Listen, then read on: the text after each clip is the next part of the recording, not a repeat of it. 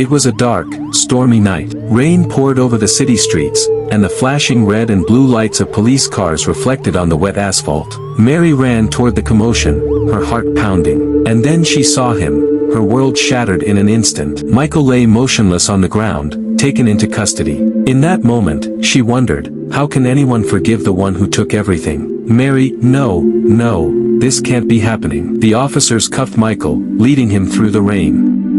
His face was unreadable, cold and distant. Mary watched from a distance, her chest tight with anger, grief, and disbelief. The man who had destroyed her life walked past her eyes, leaving only a trail of sorrow. Mary the First could never forgive him. The funeral was small, almost empty. Soft church bells echoed through the misty morning. Mary stood alone by the coffin, gripping a single white flower. Every person left but her.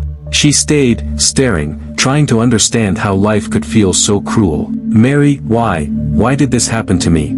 At home, she opened her Bible, but the words blurred through her tears. Her hands shook as she whispered into the quiet room, why, God? Why him? Light from the window painted half her face in gold, the other half in shadow. She longed for an answer she couldn't find. Grief turned to rage. Mary flung the Bible across the room, collapsing to the floor. Rain hammered against the open window, thunder echoing her broken soul. Every heartbeat felt heavy, every breath a struggle.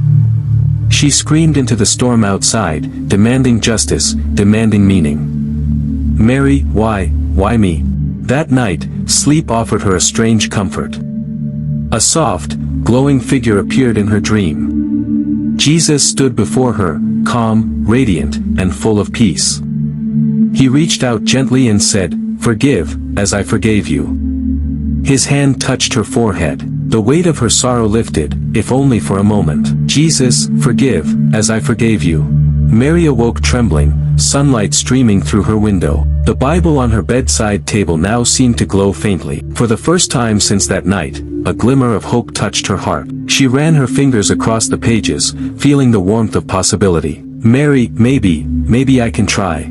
Her eyes fell on a verse, shining on the page as if for her alone, "Love your enemies." Tears streamed down her cheeks, but this time they carried relief instead of despair.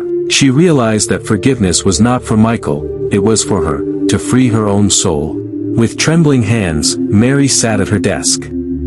She picked up her pen and wrote to Michael in prison, "I don't understand it yet, but I forgive you." The ink smudged as tears fell onto the paper. Every word was a step toward healing, every sentence a surrender to grace. "Mary, I forgive you, Michael. I really do." In a cold, gray prison cell, Michael received her letter. He read it slowly, disbelief etching his face. Shock, guilt, and confusion swirled within him. And then, something new emerged, a fragile hope, a chance for redemption he never imagined. "Michael, she forgave me." That night, alone in his cell, Michael sank to his knees. Tears streamed down his face. Shadows on the wall formed the shape of a cross. For the first time, he prayed not to escape punishment, but to be forgiven, to be transformed. "Michael, God, please forgive me, help me change." Back at home, Mary knelt beside her Bible once more. She whispered, "God, help me mean it." This time, her tears brought peace instead of anguish. The room seemed lighter, her spirit calmer. Forgiveness had begun to take root in her heart. "Mary, help me mean it." Weeks later, a message came from the prison. Michael wanted to meet her. Mary hesitated, fear and hope clashing in her chest. Could she face him? Could she speak the words she had written so carefully? "Mary, I think I'm ready." The visiting room was cold, the air tense with years of pain and anger. Michael was escorted in. Their eyes met for the first time since the tragedy. Words were not yet spoken, but the weight of what was about to happen hung heavily between them. Mary stepped forward and whispered, "I forgive you." Michael collapsed, sobbing uncontrollably. For a moment, the room seemed to glow with an unseen light. In that instant, grace flowed between them, unseen but deeply felt. "Mary, I forgive you, Michael." "Michael, thank you. I don't deserve this. They pressed their hands to the glass that separated them, tears falling freely. Healing began not with words, but with hearts opening. Forgiveness was no longer abstract, it was alive, flowing like water through their souls. Mary walked out of the prison into golden sunlight. The weight on her shoulders lifted. For the first time in years, she felt light.